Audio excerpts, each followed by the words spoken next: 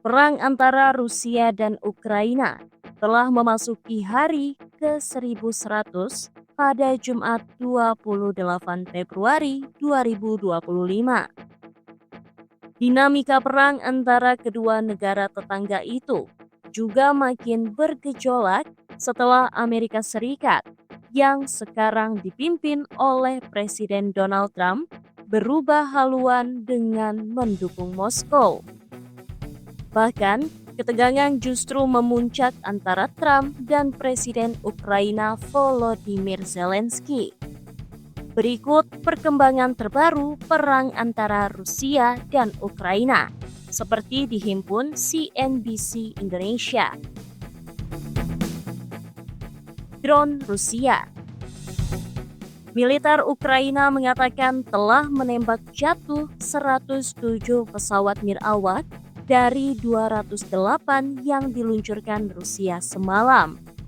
Angkatan Udara mengatakan 97 pesawat nirawak lainnya telah hilang dan tidak mencapai target mereka. Rusia gagalkan upaya pembunuhan oleh intelijen Ukraina.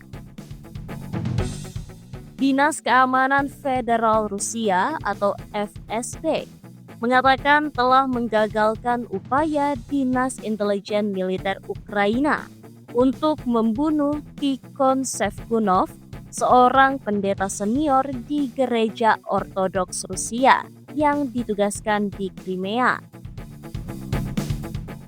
Rusia dan Ukraina di beberapa wilayah yang diduduki.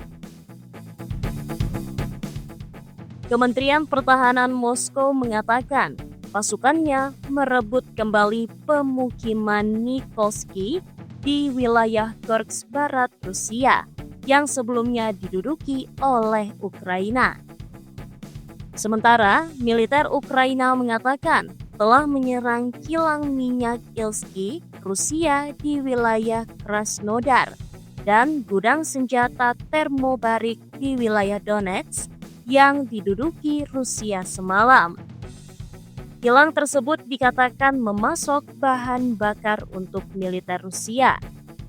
Pasukan Rusia melakukan serangan terhadap lokasi Ukraina di wilayah Kharkiv di timur laut Ukraina, kata Gubernur Oleshainy Hubov.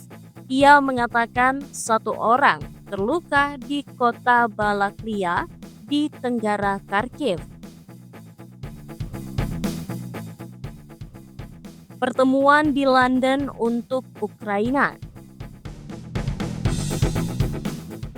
Kanselir Jerman Olaf Scholz yang akan segera lengser akan pergi ke London untuk berpartisipasi dalam pertemuan para pemimpin Uni Eropa guna membahas tanggapan mereka terhadap desakan Donald Trump untuk perdamaian di Ukraina. Sementara Perdana Menteri Inggris, Keir Starmer, menjamu beberapa pemimpin Eropa untuk membahas anggaran pertahanan dan keamanan dalam pertemuan tersebut. Hasil pertemuan Rusia-Amerika Serikat di Istanbul. Kementerian Luar Negeri Rusia memuji putaran pembicaraan terakhir dengan Amerika Serikat di Istanbul, menyebutnya substansial dan bisnis. Kementerian tersebut mengatakan para delegasi membahas isu-isu yang terkait dengan apa yang disebutnya sebagai penyitaan ilegal atas properti diplomatik Rusia di Amerika Serikat, dan telah meminta Amerika untuk mempertimbangkan pemulihan hubungan udara langsung. Korea Utara kerahkan pasukan tambahan untuk Rusia. Korea Utara mengerahkan pasukan tambahan ke Rusia. Demikian dilaporkan saluran televisi YNT Korea Selatan, mengutip Badan Intelijen Seoul. Namun, jumlah kontingen tersebut tidak diungkapkan. Tentara Korea Utara yang dikerahkan sejak November di wilayah perbatasan Rusia Selatan menggunakan taktik yang disebut brutal dan mendekati misi bunuh diri. Mulai dari meledakkan granat di bawah dagu untuk menghindari penangkapan, menggunakan rekan mereka sebagai umpan drone, hingga melepas perlengkapan pelindung agar bisa bergerak lebih cepat dalam sebuah serangan. Berdasarkan laporan dari intelijen Barat, dari jumlah 12.000 tentara Korea Utara, sekitar 4.000 diantaranya telah tewas atau terluka. Perdana Menteri Malaysia menjamu Sergei Shoigu. Perdana Menteri Malaysia Anwar Ibrahim menjamu Sekretaris Dewan Keamanan Rusia Sergei Shoigu, di mana mereka membahas hubungan antara kedua negara di bidang pendidikan, keamanan, dan masalah pertahanan.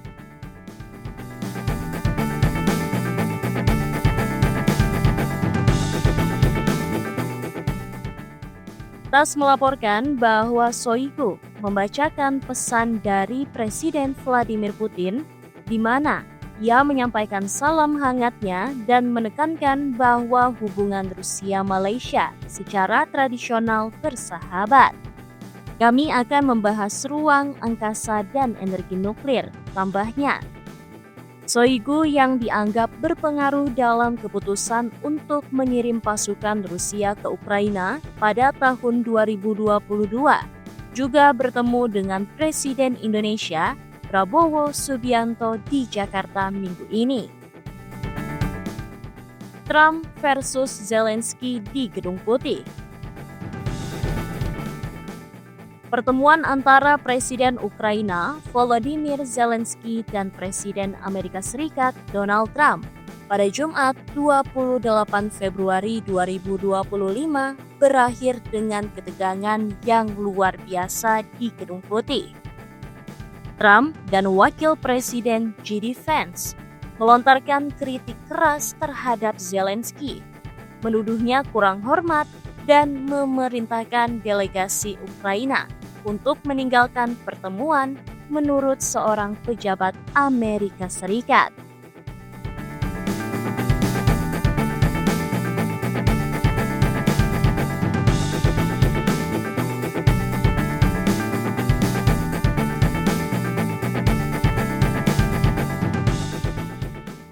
Ketegangan mencapai puncaknya dalam konfrontasi langsung antara Trump dan Zelensky, di mana Zelensky dengan tegas memperingatkan Trump untuk tidak berkompromi dengan Putin.